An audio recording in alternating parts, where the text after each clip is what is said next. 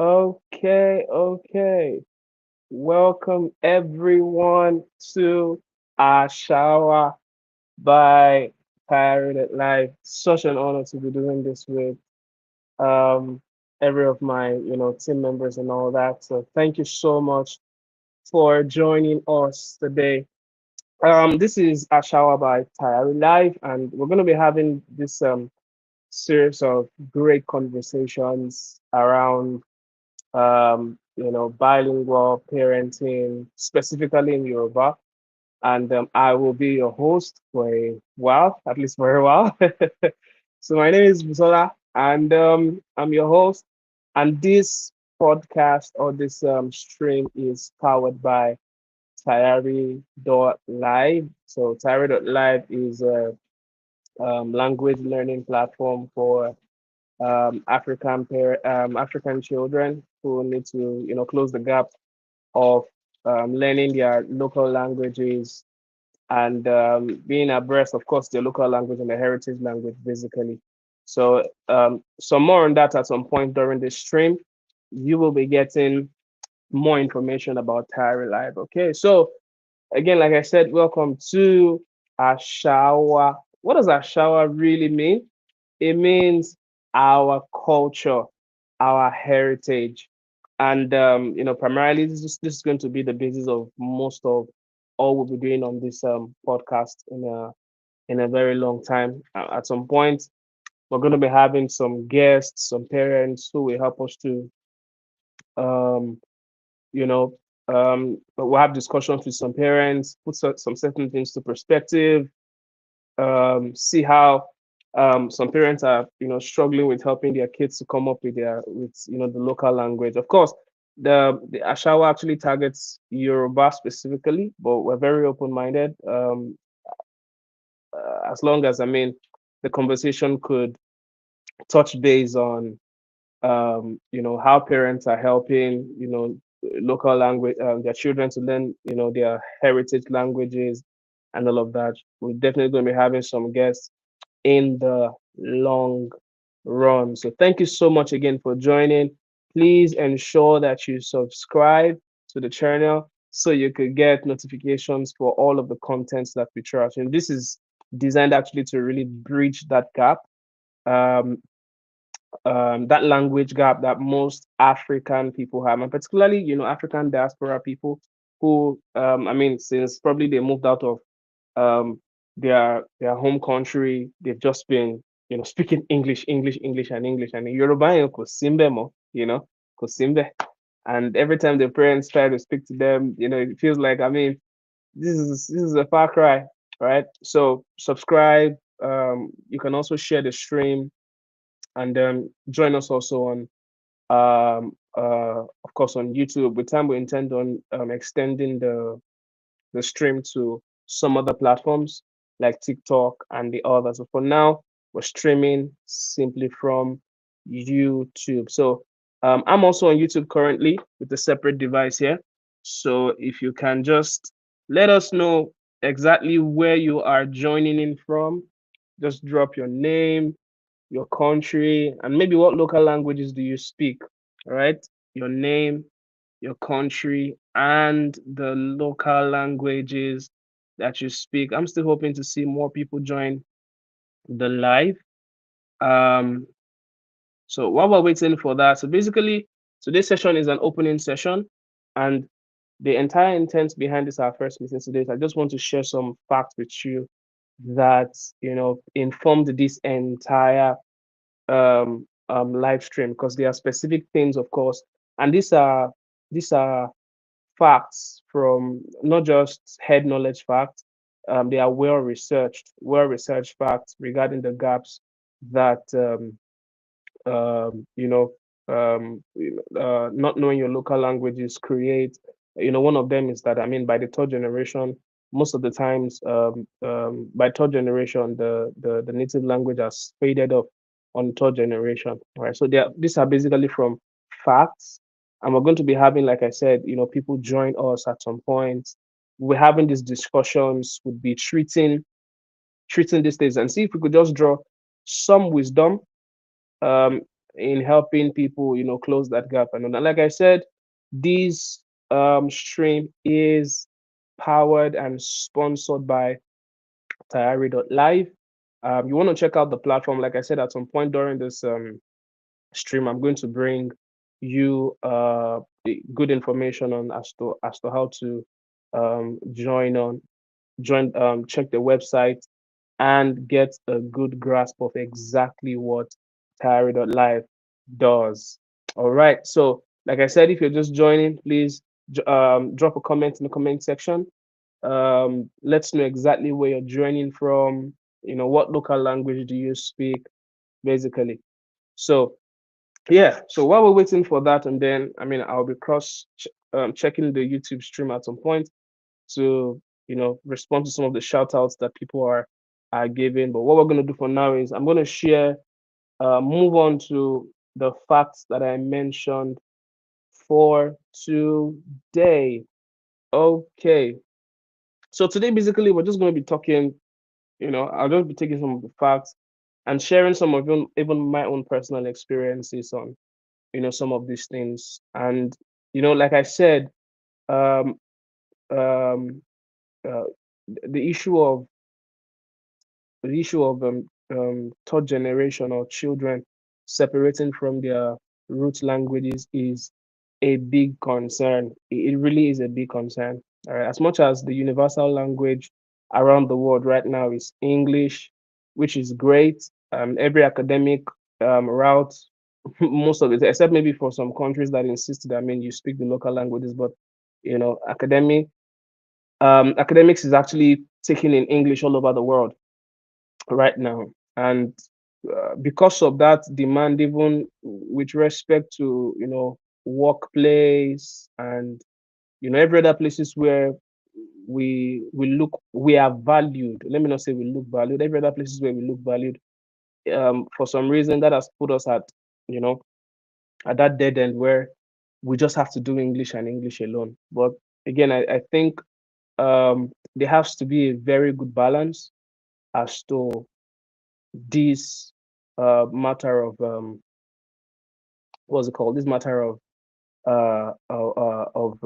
local languages. So basically, I'm going to be sharing with you, like I said, some facts. We'll just run through this, and I think that will be all. So if you're just joining, this is Àṣà Wa by Tayari.live, and like I said, Àṣà Wa simply means our culture, our heritage, our custom. All right. And basically, in this channel, we're going to be focusing basically on Yoruba. And if you're just joining, like I said, please kindly leave a comment in the chat section and let us know where you're, tuning in from and what local language do you speak. Okay, so let's go. So, all right, let's go to the first one. So, yeah, I said initially before that it's been a major concern. Now, one of the first facts here from you know, from Montreal 2016, is that without active effort, a family's heritage language is almost entirely wiped out by the third generation. As immigrant families settle, the language of the host country quietly takes over the home. Yeah. And I, I don't know. I wish I had someone maybe who is in the diaspora environment right now who can also attest to this. That a lot of times, for most families, even for families that maybe move from other parts of the world, right? Of course, I know that for us, we are focusing on Yoruba, but from families that even move from other parts of the world, as they move to the Western world, Europe, and also move to America, for some reason you just see that there's that decline in why, and it's not far fetched. It's because every of the places where they would be making their ends meet from, like the workplaces, even for those that maybe go for schooling and all that, the primary medium of communication is English, right? Your neighbors will most likely be more people who speak English. The people you get money from is English. When you go to the bank, because you're going to need money, right? It will be English. every single form of communication, adverts on the TV, every of your entertainment options would be English, or let's use the word the language of the host country. And where does that leave you? It leaves you in a situation where you are forced to learn, or should I use the word you are forced to adopt consistently for every level of communication, the language of the local culture, which I said is not bad. It's not bad. I think where the challenge is the part where it entirely replaces or substitutes the local language. And I mean, this is actually a fact. It's researched, right? That for most families that diaspora families that leave their home country, settle in that country, by the time that first generation gives birth to the next one, of course, there's a measure of fluency that happens to that still exists rather with the first second generation. By the third generation, I mean, and then that's not a scenario where if I mean it becomes worse if when the first generation is not even there at all, like the grandparents and all that, because they are still basically the ones who are really very traditional and still keep the heritage and all of that, the language, the food and all of that. But then again, by third generation, you just see that that interest will no longer be there. Okay, great. I think we have someone in the chat section. We have Diana Omari 8886. Thank you so much for joining in, Diana. You could just let us know where you are, joining us from, and what local language do you speak. Okay, so that being said about it, and I think it's very, very important that this is a major concern, because if by the third generation the language of the host country becomes the what's it called, becomes the primary language, what happens to the fourth generation? What happens to the fifth? And then, of course, by the sixth, seventh, you most likely cannot trace um you cannot trace the generations back to their home country. I remember vividly, specifically for one, there's this popular celebrity called Jonathan McReynolds, and I'd been listening to his music for a very long time, for a very long time. Of course, he's Black American. He writes great music. I mean, you can check him up. Really amazing guy, right? So it wasn't until recently I figured that he started having interest in Ghana, right? I mean, Ghana were close, I mean, brothers here in West Africa. And I eventually figured out that, oh wow, Jonathan McReynolds is actually a descent of Ghana, and definitely he cannot speak Ghanaian. He doesn't speak it because he writes all of his music in English, right? I mean, think about the talent, because you need to go and check out Jonathan McReynolds. Such an amazing talent. Let me leave the name of the artist here so you could check him out. Jonathan Mark Reynolds. You could check it. Reynolds, not Red Balls. Reynolds. Yes. Yeah, great. So you could check him out on YouTube. Really amazing guy. I mean, really amazing guy. And for someone like that, such a great talent, to just have it as a side knowledge that he's from Ghana is such a shame, because for someone like that, it's a huge talent, and it could have been a huge blessing for the local country that he's actually from. So that's that about that. So let me quickly just check up on any comments we have in the comment section. Okay, Diana says she's joining from Kenya and she speaks Swahili. Okay, great. So Diana, if you're still there, I would like to hear from you. Also in the chat section, anyone, I'd like to hear from you. What do you think about these facts that we're sharing today, that by the third generation, okay, let me just read that again. So without active effort, a family's heritage language is almost entirely wiped out by the third generation. All right. So let me know what you think in the comment section about that. All right, so moving on, let's move on to our next fact here. All right, it says that if a child is only exposed to English at school, they will shift away from their heritage language within just 1 to 3 years. This risk skyrockets in smaller communities or mixed heritage families, right? This is from Wong Fillmore, 1991. That is from a 2020 2002 studies, right? That for the first formative years of any child, if they switch away, if all of their learning, if um um but I think I want to also add this because I remember vividly when I was younger that when you c- when you could not speak English, people laughed at you. Not because you were from England, right? I mean, I can understand if someone from England doesn't speak good English, or someone from the United States of America doesn't speak good English, and you laugh at them. But you're Ghanaian, for example, I'm Nigerian. I speak Yoruba. And apart from being Yoruba, I also come from Ilaje, which is more like, I mean, trickling down again to the Yoruba descent and all that. So I remember in secondary school, I mean, if you made mistakes in any of your tenses, you get laughed at a whole lot. All right. So you can imagine something like that.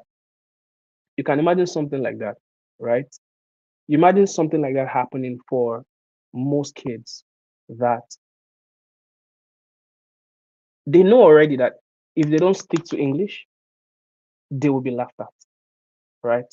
So, and I mean, our second factor makes it clear that if the primary language that a child gets exposed to between age 1 to 3 is English and English, chances are very required that boom, they'll never be interested in language anymore because again, um, I think where the challenge really lies is that they cannot they can't um what's the word? They cannot aggregate any form of value with speaking the language. They can't. They don't see the benefit. They know, for example, if they speak good English, people consider them as very intelligent, which is not bad. Again, I mean, like I said, the Western world are the major contributors of global transformation and all that. In all honesty, we give that to them. All right. Of course, that's why you see countries like maybe China, for an example, insisting, that their product, have their own local language. And of course, when you go there, you have to speak their own language and all of that. So, but I mean, that's just by that's just by the way. Thank you, everyone who's joining.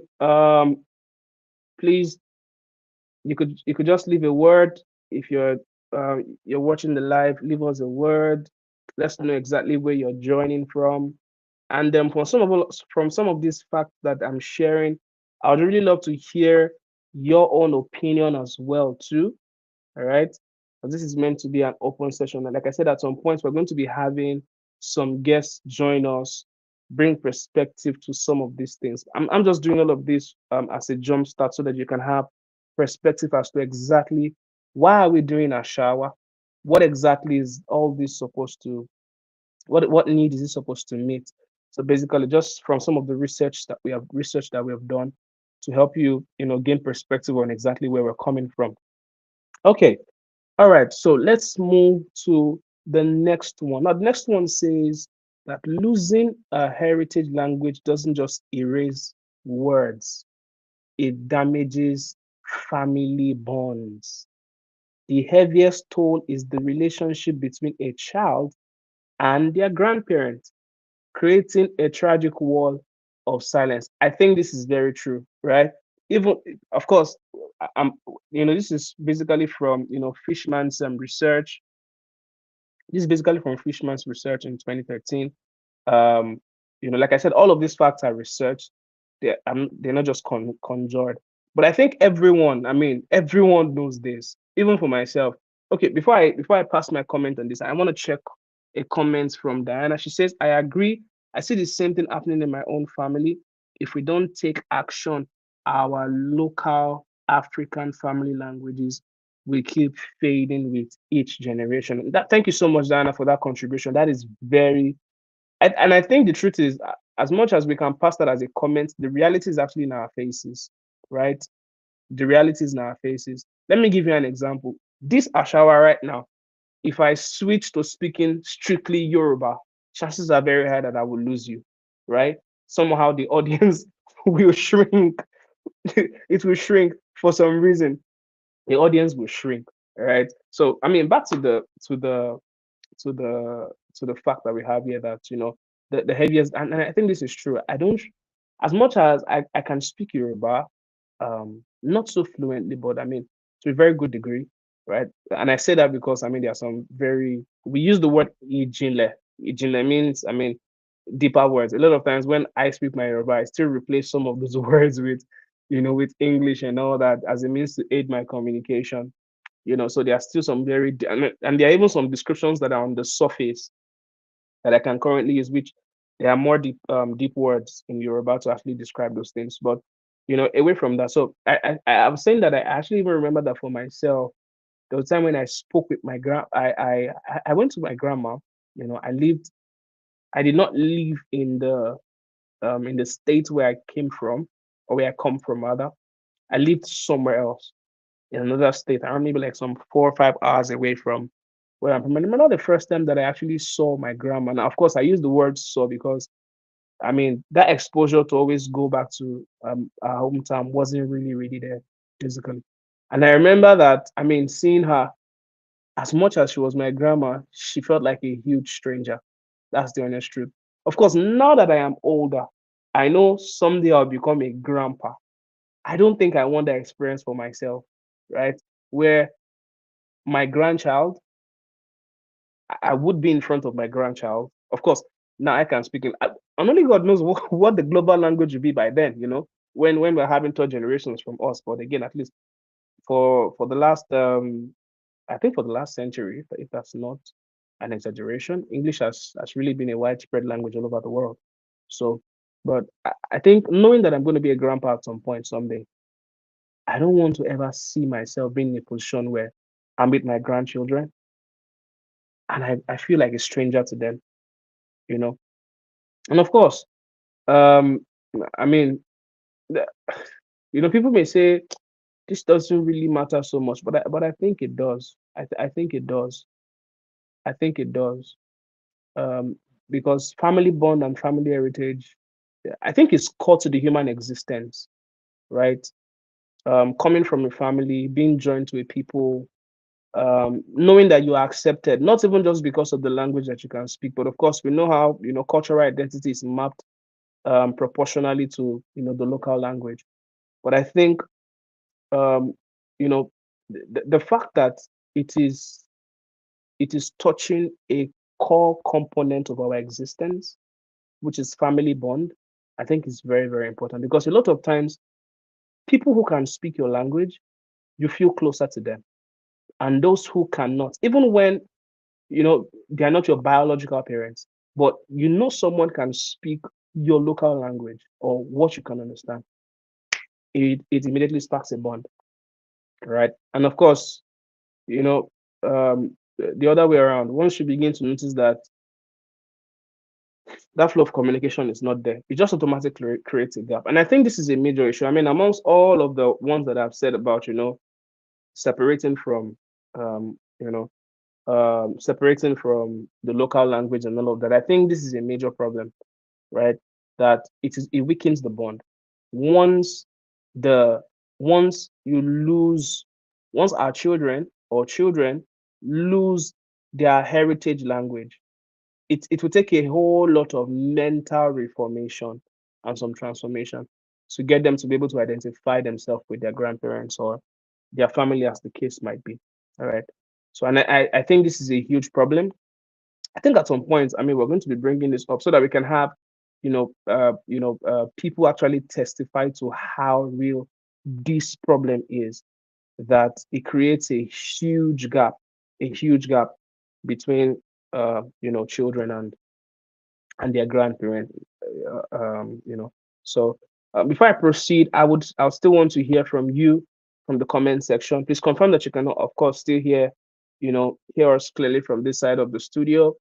I would like to hear your comments. So as I share every of the facts that I'm sharing, I like to also hear your opinion, as well. If this has happened with you, if this is something that you see that has happened with anyone around, because family bond, like I said, I think it is the core of why we do what we do. Of it's the core of the human existence, bonding with people, connecting with people. It's the core. It's at the core of every single thing that we do. So, yeah. So I'd like to see your comments. Don't shy away from dropping a word. So let's move on to the next one.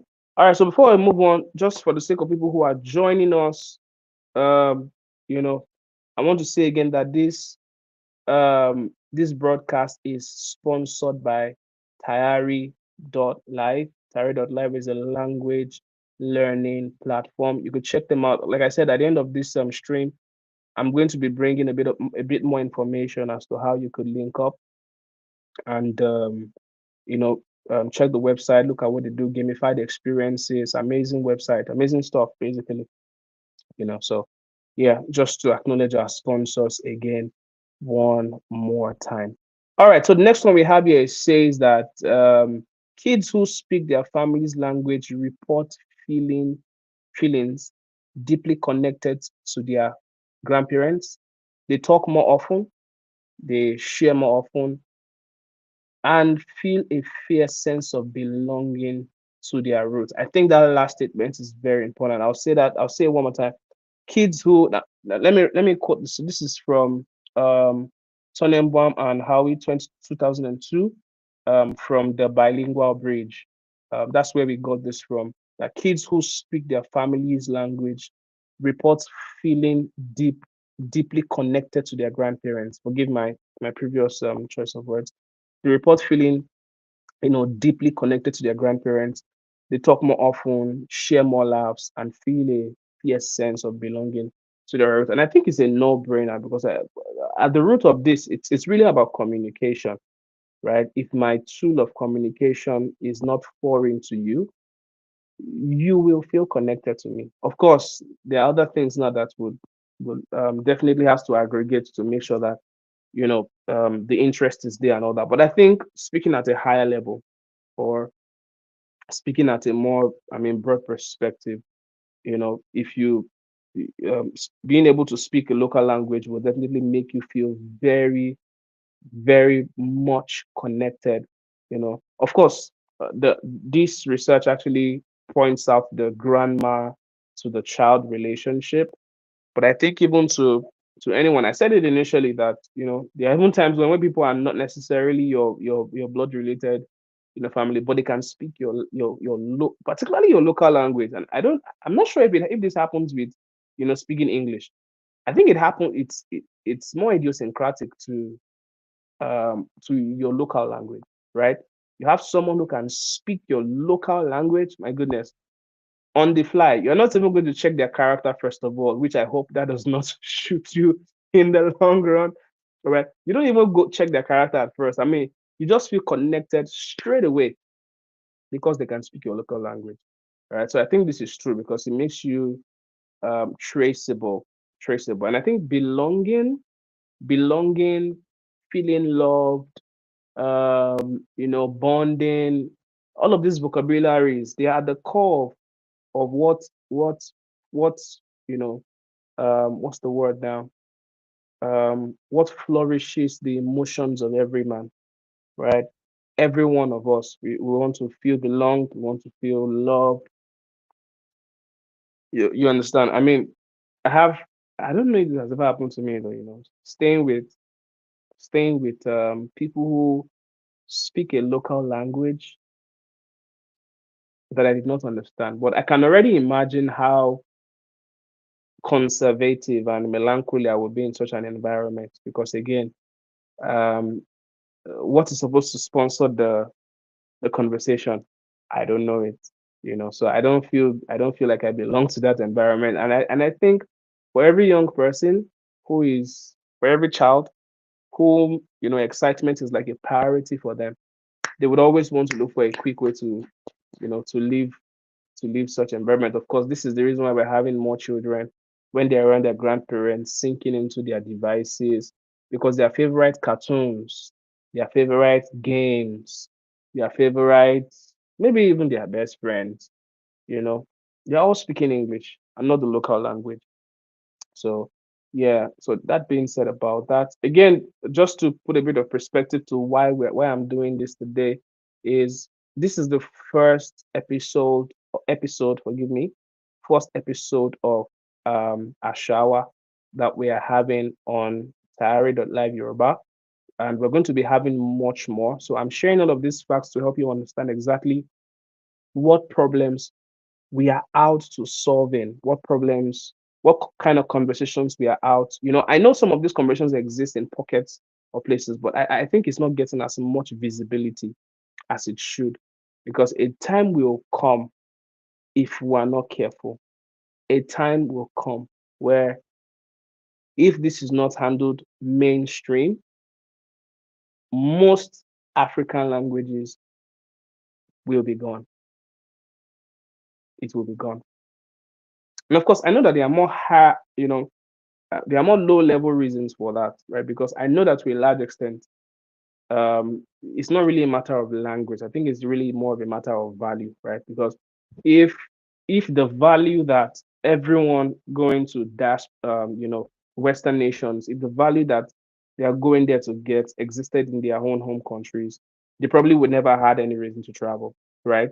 They probably would have just stayed in their local environment, the funds, the lifestyle that they really desire, if that kind of job could be offered there and all that. So I know that primarily it's there's just a little bit of some bigger problems around the entire thing beyond the language. But I think, even with the fact that, I mean, we don't have control over that, at least for the time being. When I say control over that, we don't have control over where value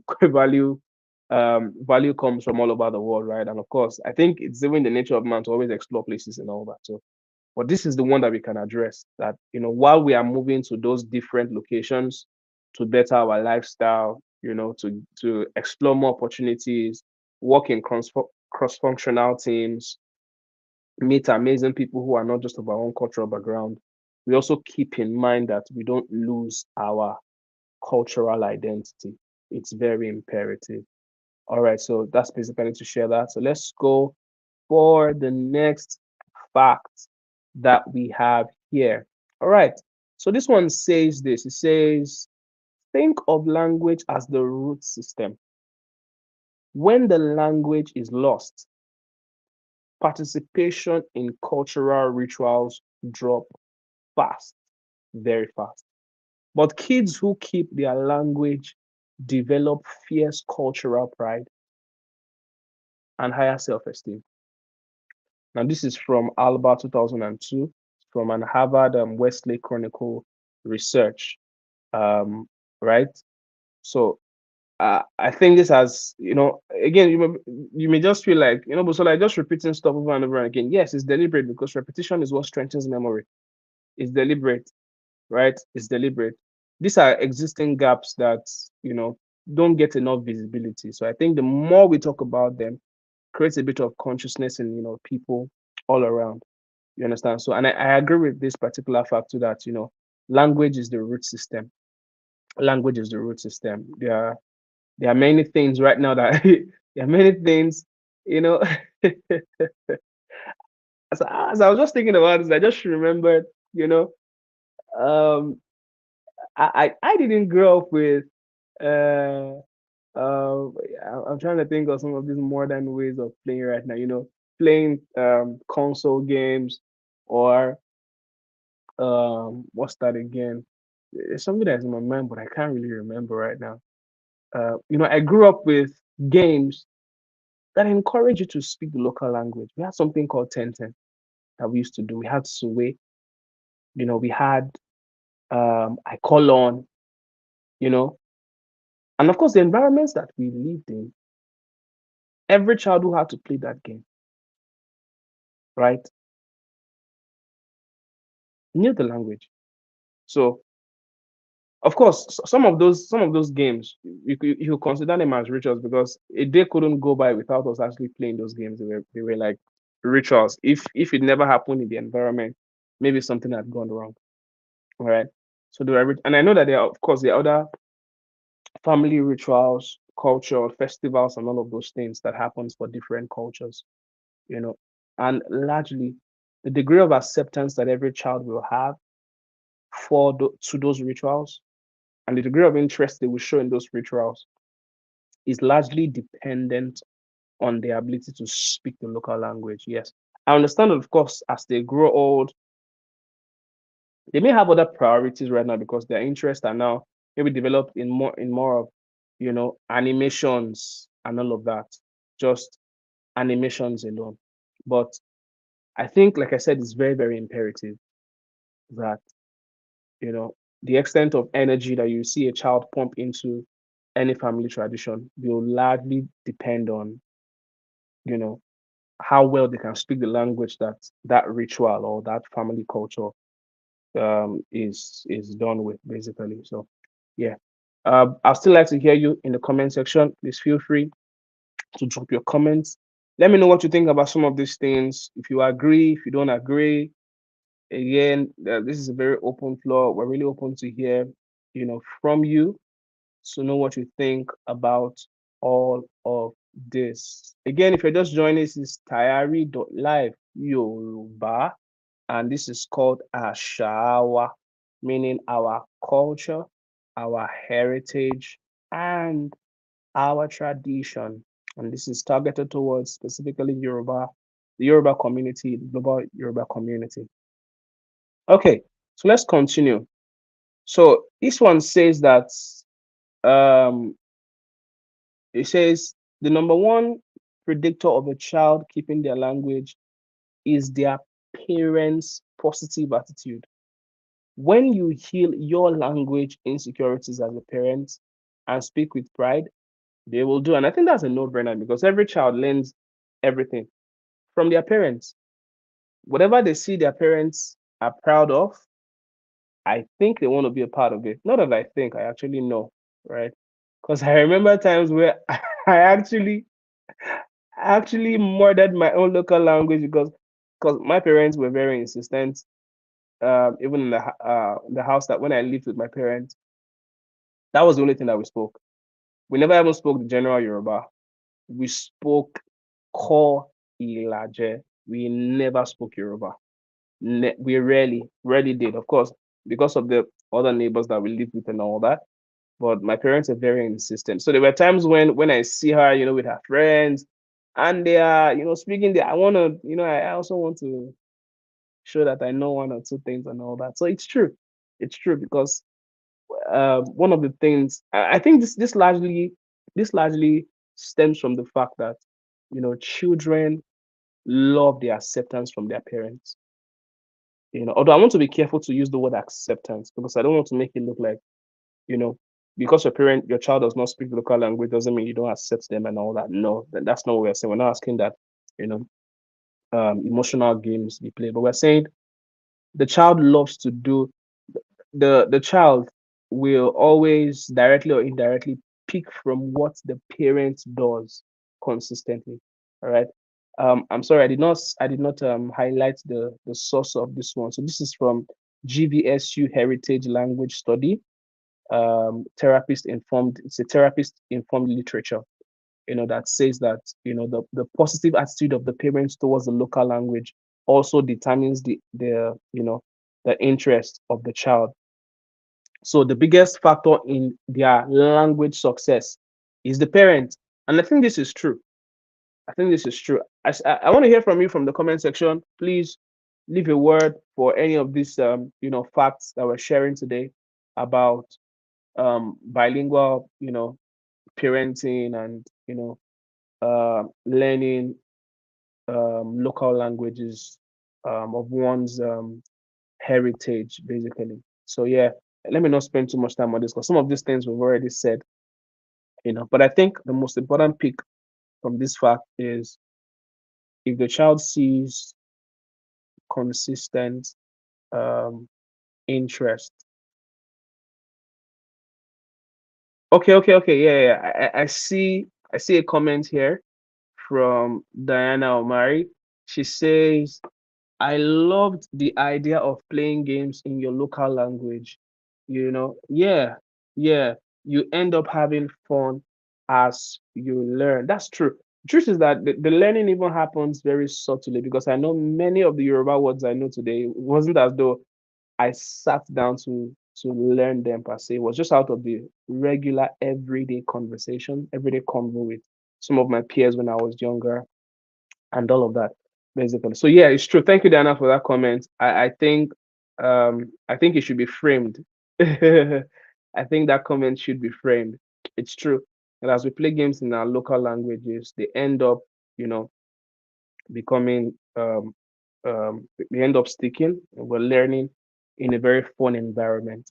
All right, let's push further now, because this should be bringing the stream to an end anytime from now. All right. So this is from Critical Period Hypnosis, Yukon Kids 2006. Right. So they say that a 3-year-old learns language by just existing in it. Wow, that's powerful. The critical window for near native fluency is birth to age 10. Start early, and their brain will process the language naturally without an accent. Powerful. I think this is powerful. This is a solution indeed.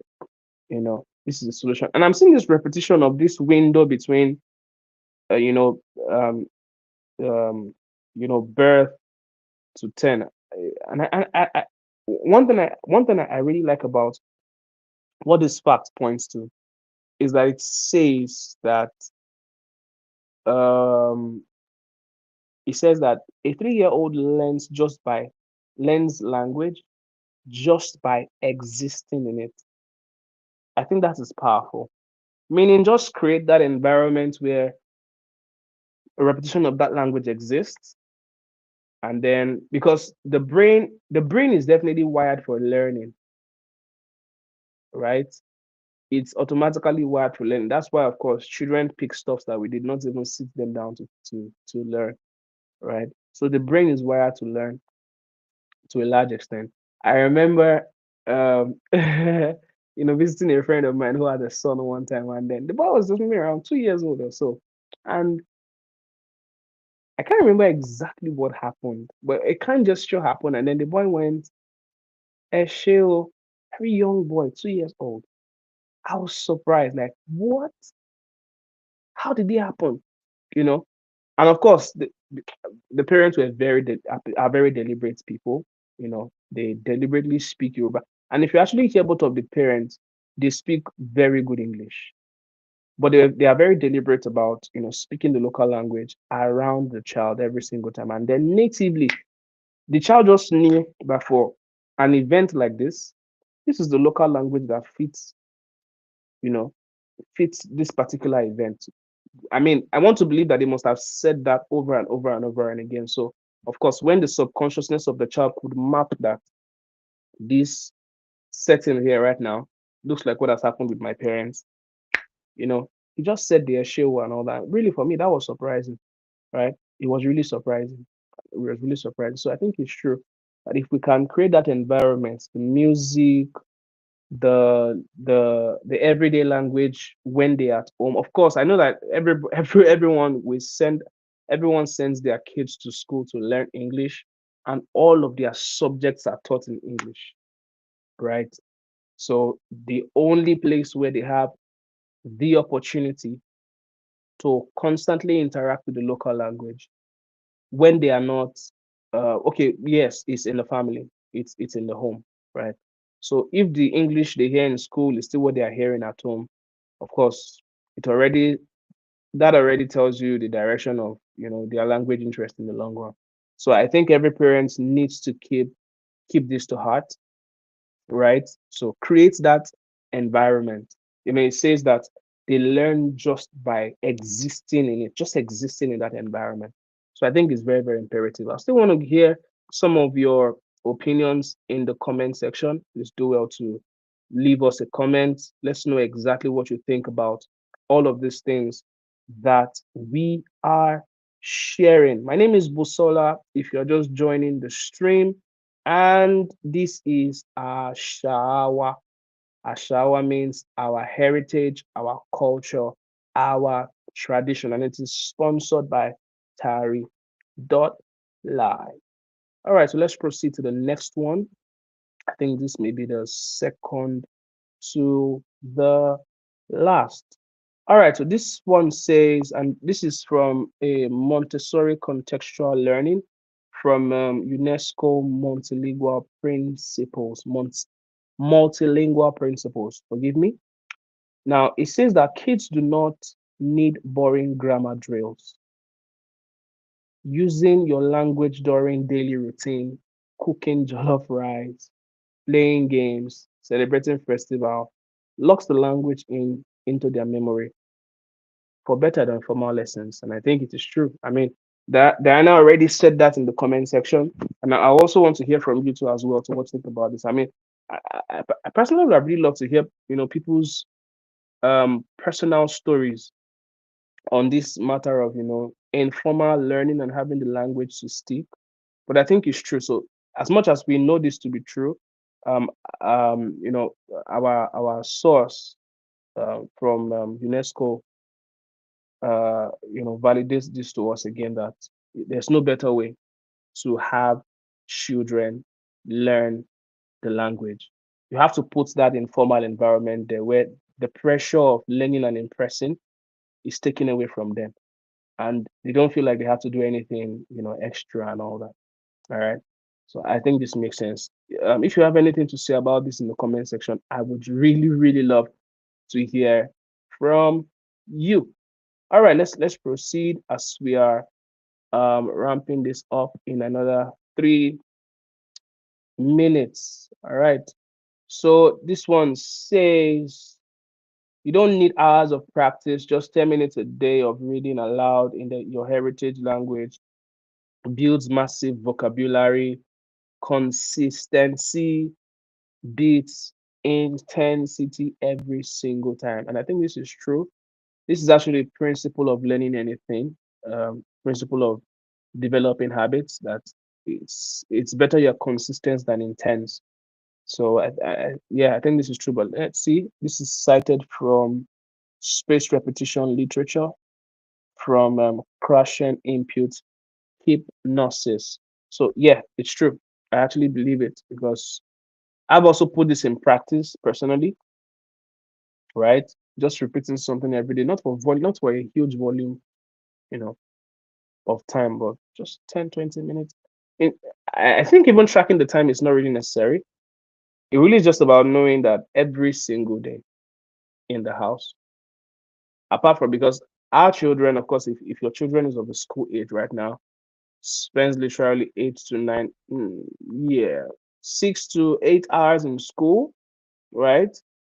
And the remaining 1/3 portion of the time, maybe in the day with family moving from place to place and all that, but a huge portion of their everyday life is at home. So that responsibility to ensure that they consistently keep hearing the language and all that. Wasibi, Sumobi, Logbewa, Ibo lo ń lọ, Ibo lo ti ń bọ̀, Dìde, fún mi. Of course, with gestures. When you say fún mi, for example, fún mi Yoruba means give it to me. All right.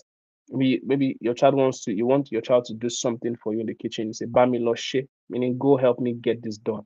So you keep saying that over and over and again. And I think it's good, particularly for languages that don't have too many representations for the same meaning. I think it's good because your languages like that, for example, that you can say one thing with in 5 different ways, right? Of course, I know that is normal with most languages, but I think the key there is to say those specific words repetitively all the time. It will really, really help them to, to stick it down. Yeah, so I think that brings us to the end of today's fact sharing session. Thank you so much for joining me today. I am Busola Patrick. and I'll be your host for a very long time on this. Like I said, as time goes on, we're going to be bringing in some guests, parents who are handling, bilingual children, hear from them. Some of all of these facts, of course, are some of the things that we'll be discussing, but I think it's always great when you hear from people's real life experiences because for some reason it makes it I think it sparks that urgency all over again. Because, like I said, the reason we're doing this is because we don't think this is getting enough attention as it needs, right? This needs a lot of attention. It's causing a huge problem because it touches the fundamental of human existence, which is connection and bonding, right? Anything that threatens bonding, anything that threatens connection with family, it needs to be addressed. It cannot be taken lightly at any level at all. All right. And so this is really what Tayari.live is all about. So I'm going to leave the link, and I think maybe in one of these sessions again, I'm going to uh, one of the sessions, I'm going to walk us through the website. All right. I'm going to walk us through the website so that we could just, uh, you know, look around, look around the website. I'll walk you through some of the things that you need to know and all that. At some point, that will definitely be a priority for this session. So, but moving forward, I think this first session was just basically there to crystallize why we need to do this, why I will be in your faces, why I will want you to subscribe, why I want you to share, why I want you to like, why I want you to repost, why I want you to take all of these actions rather. That was basically what this session was all about, to just crystallize the need for what we are doing. And if you want to watch this session over again, of course, after the stream is done, it will be on our YouTube channel. So you can watch, drop your comments as well to like, reshare with people that may also be interested in conversations like this. And let's talk. Let's rub our minds together. Let's hear people's experiences. Let's know how you are handling it from your own hand. Let's exchange wisdom around this issue. Of course, there's no enemy here. The only enemy I think that exists here is not being conscious that this is a big deal. It's a big deal. I think I'll go back again to that first slide because that really is the frame for all of this, right? So let me read this all over again. That without active effort of a family's without active effort, a family's a family's heritage language is almost entirely wiped out by the third generation. If you don't think that is an issue, I think that is an issue. I do. All right. So as immigrant families settle, the language of the host country quietly takes over the home, and not as a means to bring up any competition or anything, but I think this is a big deal and it's worth the attention. So the link to Tayari.live is already shared on the in the comment section, so you could pick it up. Just take a look at the website, get familiar with it. Like I said, with time, as time goes on, some of these things we're going to be I'm touching base on. I don't know. I mean, I'm glad that we have someone actually joining us from Swahili, because we also take Swahili lessons as well too, and those lessons are live, interactive, amazing. So you could check them up as well too. Leave a comment. I mean, you could try to contact us as well too. I think all of the information, all actually all, not I think, all of the information that you need is seated there on the website. All right. Thank you so much for joining the stream. I remain your host, Busola Ogumbayo, and this is Àṣà Wa. Àṣà Wa means our heritage, our culture, our tradition. I'll see you very soon again. Have a great one.